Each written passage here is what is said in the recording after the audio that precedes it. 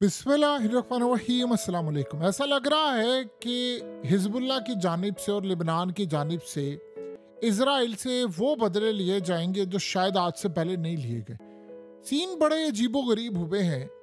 आपकी स्क्रीन पर जो मनाजिर चल रहे हैं आप ज़रा गौर से देखिए। ये मनाजिर हैं कि लिबनान की जानिब से मिसाइल मारे गए हैं और आग ही आग लगी हुई है। यानी रात का अंधेरा इस वक्त बता रहा है कि इजराइल के पहले इन्होंने फौजी मारे, 10 के करीब हेलीकॉप्टर्स गए, वो तिल अवीव हाइफा से लेकर दीगर जगहों पर गए। अब उन्होंने मिसाइल मारे और वो मिसाइल इतने एक्यूरेटली जाकर हिट कर रहे हैं कि जगह जगह उनके यहाँ आग लगी हुई है। और आप अंदाज़ा कर सकते हैं उसकी इंटेंसिटी से कि आग कितनी ज़्यादा है। यानी वो मुकम्मल तौर पर देख रहे हैं कि हमें इनको तबाह करना है और इतनी आग लगी है कि हर जगह से आपको अंदाजा हो रहा है कि इजराइल का आयरन डोम मुकम्मल तौर पर कचरा बन गया है, जिसे कहते हैं कचरा, वो बन चुका है। असल में सीन अब ये हुआ है कि इनको आयरन डोम की वीकनेस पता चल गई है और आयरन डोम को बीट कर लिया तो आप समझ ले बाकी चीजें कर ली। लेकिन डेवलपमेंट उससे भी ज्यादा बड़ी हुई है और वो ये है कि इजराइल के फौजियों की जो सबसे तबाहकुन कमजोरी इनके हाथ लगी है वो ये है कि इजराइल ने अब इन्वेस्टिगेट करना शुरू किया है। 2 इंसिडेंट हुए हैं। इनके 100 के करीब जो फौजी हैं आज वो अस्पताल पहुंच चुके हैं। ये वो वाले नहीं है जिन पर हमला हुआ है, ये डिफरेंट है। ये वो हमलावर नहीं है जो गुलानी ब्रिगेड वाले थे। ये आज हुआ ये है कि इनके खाने में कुछ ऐसी चीज मिली हुई थी जिससे इनको हो गया फूड पॉइजन और वो फूड पॉइजन की वजह से 100 से जायद इजरायली फौजी जिन्होंने लेबनान में जाकर जंग लड़नी थी वो अस्पताल पहुंच गए हैं। अब ये बड़ी अजीबोगरीब सूरत हाल है कि ये नहीं पता कि इनके खाने में इन्होंने जानबूझकर कोई ऐसी चीज में लाई है कि जिससे इनका खाना खराब हुआ है और उन्होंने खुद खाया है और उनकी तबीयत खराब हो गई और अस्पताल चले गए हैं ताकि हमें जंग न लड़नी पड़े, या वाकई अंदर से किसी ने साजिश की है। क्योंकि देखिए इजराइल के अंदर आप जितना मर्जी कह लें कि जी वो आर्मी चीफ ने ऑर्डर जारी कर दिया, इंक्वायरी करके बताएं कि हालात इतने ख़राब है, जंग सर पर खड़ी हुई है, तो फौजियों को पहले आप सोचे कि जिस टेबल पर ये सारे बैठे हैं वहाँ पर 100 से ज़्यादा फौजियों को ज़ख्मी और मारा गया है। अब सूरत हाल ये हुई है कि फौजियों ने जो खाना खाया है वो उसका खाना खाने के बाद वो अस्पताल 100 से ज़ायद, ये कोई छोटी बात नहीं होती, वो भी तब जब आपने लड़ने के लिए जाना हो।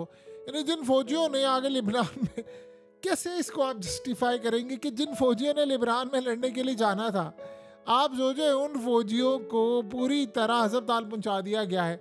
ये तो फिर एक ही वजह समझ आती है कि या तो अंदर खाते कोई बंदा बैठा हुआ है जो कि अंदर से सिलसिला कर रहा है, या फिर ऐसी सूरत हाल है कि ये जानबूझकर ये कर रहे हैं कि ताकि हमें बाद में लड़ने ना जाना पड़े या हमें मुख्तलिफ जगह पर ये जो, यानी आप सोचें ये जंग है, आपको अल्टीमेटली आपके फौजी मारे जा रहे हैं। आपको पता है उससे भी ज़्यादा बड़ी डेवलपमेंट क्या हुई है, इजराइल ने इन्वेस्टिगेट करना शुरू कर दिया है और उन फौजियों के खिलाफ और कमांडरों के खिलाफ कार्रवाई का फैसला किया है। पता ये चला है वो इन्वेस्टिगेट कर रहे थे कि कैसे लिबनान के अंदर हमारे इतने फौजी मारे जा रहे हैं। ऐसा नहीं है कि ये सिर्फ एक ही वजह है, और भी बहुत सारी वजूहत होंगी, जाहिर सी बात है स्ट्रेटजी है जंग की।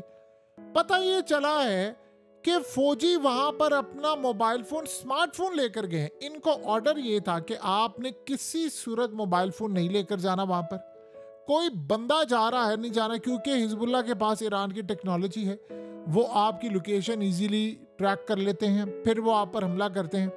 अब इनके फौजी अगर देखा जाए, अगर सिर्फ एक हफ्ते की बात की जाए तो इनके 300-400 से जायद फौजी मारे भी गए हैं और जख्मी भी हुए हैं। जो जख्मी है वो भी मारने वालों की कैटेगरी में रखे, वो दोबारा लड़ने के लिए नहीं आएंगे। तो आपने जो ट्रेनिंग दी वो एक ही झटके में होगी बर्बाद। अब सीन ये हुआ है कि वो कह रहे हैं कि फौजी आए, हम इनके खिलाफ एक्शन लेंगे। उन्होंने इनको मना किया, वो फौजी फिर भी आए। अब आप ये सोचे कि वो क्यों आए हैं। देखिए आज के दौर के अंदर बटनों वाला मोबाइल तो है नहीं कि उन्होंने आना है।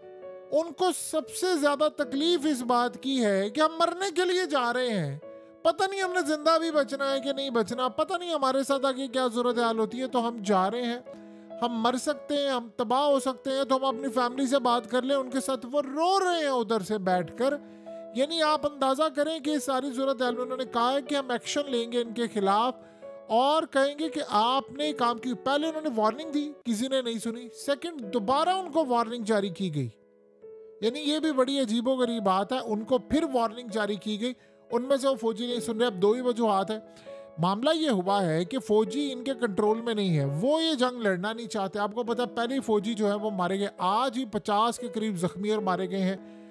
2-3 दिन पहले 70, इन्होंने कहा 100 से ज्यादा इनके फौजी वहां पर भी जख्मी और मारे गए थे। फिर उसके बाद जिस तरह लेबनान में मारे जा रहे हैं, तो वो उसके बदले में करते क्या कि बैरूत की बिल्डिंग्स गिरा देते। अब सीन यहाँ पर ये हुआ है कि फौजियों के पास मोबाइल फ़ोन था जिसे वो लोकेशन उनकी ट्रेस करे और उन्होंने उनको इजीली टारगेट किया। वो कह रहे हैं कि जो हमारे एक एक टाइम के ऊपर 40-40, 50-50 के करीब फौजी मारे जा रहे हैं और साथ जख्मी हो रहे हैं, ये असल में इस वजह से हो रहा है कि स्मार्टफोन की वजह से। देखिए, स्मार्टफोन खाली एक वजह नहीं होती। अगर ये वजह होना शुरू हो जाए तो आप बहुत सारे मामला कर ले।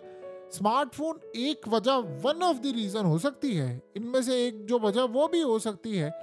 वहाँ पर फौजियों का मसला ये है कि वो वहाँ से असल में जो इनको सबसे ज़्यादा प्रॉब्लम आ रही है, वो कहते हैं जिनकी लोकेशन ट्रेस करके उनको हिट करे, वो रो रहे हैं वहाँ पर, वो कांप रहे हैं और उनके घर वाले उनको कह रहे हैं कि तुम ना लड़ो, और ये बातें एंड तक जा रही। इसीलिए इगोज यूनिट के अंदर लड़ाई इतनी पैदा हो गई है कि वो कह रहे हैं कि ना आपके पास कोई स्ट्रेटजी है ना कुछ, जो खेप जाती है वो मारी जाती है, वापस आती है। मरकावा टैंक तबाह हो रहे हैं, बुलडोजर तबाह हो रहे हैं, हम ये जंग नहीं लड़ना चाहते। सो अब मामला बड़ा क्लियर हुआ है। अब आप ज़रा देखें, ये आपकी स्क्रीन पर ये मनाजिर हैं कि इनके यहाँ third anti ballistic missile system इस वक्त आ चुका है और गालिबन अब ख्याल ये किया जा रहा है कि वो निवातम बेस पर ज़्यादा इम्कानात है कि वो वहाँ पर है। निवातम बेस है और उसके बाद डिफरेंट पोजीशंस पर भी है। अब ये नहीं पता क्या मामला है, क्या सूरत हाल है। देखिए, निवातम को बचाना इस वक्त सबसे ज़्यादा उनके लिए ज़रूरी है। उसकी मेन वजह क्या है?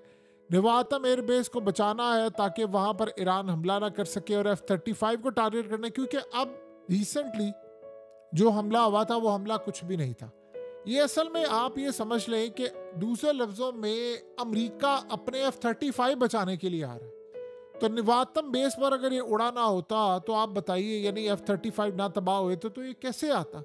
सो दो ही जगह हो सकती है जहाँ पर ये मामला जा सकता है, या तो इनके डिमोना या उसके अलावा निवातम बेस। उसके अलावा इनको कतन किसी बात की और परवाह नहीं है कि जी जो होता है, यानी वो फौजियों को भी कुर्बान करने को तैयार है। देखिए, जिन्होंने अपने कैदी कुर्बान कर दिए वो लोग सड़कों पर निकले, उनको इस बात की क्या परवाह है कि क्या मामला हो जाए। सो अब जो सूरत हाल पैदा हुई है वो बड़ी इंटरेस्टिंग हो गई है कि एक तरफ हमले हो रहे हैं, एक तरफ फौजी इनके, यानी आप सोचें, जेलों में जा रहे हैं जो कह रहे हैं कि जी हमने आपके ऑर्डर नहीं मानने। वरना आप सोचें कि फौज के लोग कैसे ऑर्डर नहीं मानते।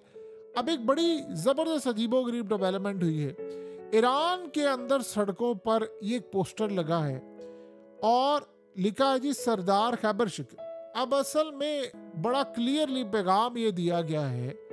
देखिए, इस्माइल कानी का मामला अभी तक ईरान ने इसको उलझा कर रखा हुआ है। इजराइलियों को पता है, वो कहते हैं जी हाँ जी हमारे साथ, उनके लोग कह रहे थे जी हमारे साथ कनेक्ट हैं, फलाना है, ये है वो, और पहले इजराइल ने कहा जी वो मारे गए हैं।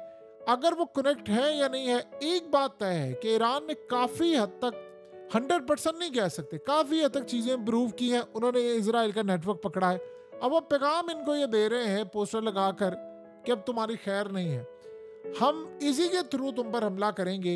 चाहे ईरान ने ऑफिशियली कभी भी नहीं कहा कि ये इन्वॉल्व नहीं थे। ये बड़ी अजीबोगरीब बात है कि ईरान के ऑफिशियल गवर्नमेंट के लोगों ने नहीं कहा कि ये इजराइल के साथ कनेक्ट नहीं थे, ना तरदीद की ना तस्दीक की, लेकिन इजराइल इसकी तस्दीक करता रहा, हाँ जी ये कनेक्टेड थे, फलाना था, ये था। ये बात तो तय है, जाहिर सी बात अंदर के लोग शामिल है, वरना इस्माइल हानिया और बाकी सारे ना मारे जाते हैं। वो कह रहे हैं कि इन्हीं के थ्रू तुमसे बदला लेंगे, पोस्टर्स लगे हैं।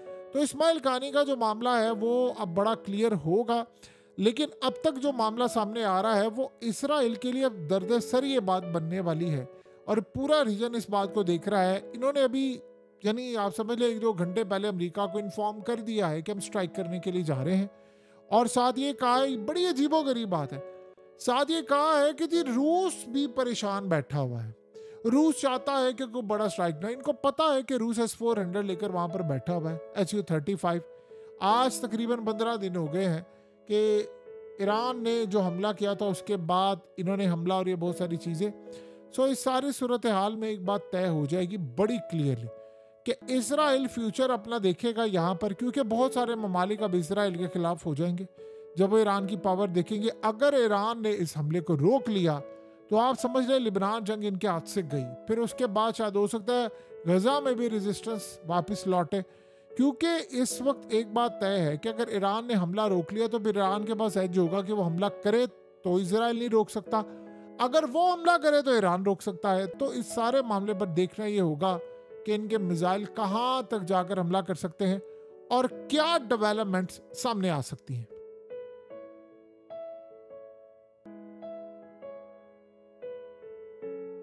हकीकत टीवी को सब्सक्राइब करना मत भूलें, वीडियो को लाइक करें, शेयर करें और कमेंट सेक्शन में अपनी राय का इजहार ज़रूर करें।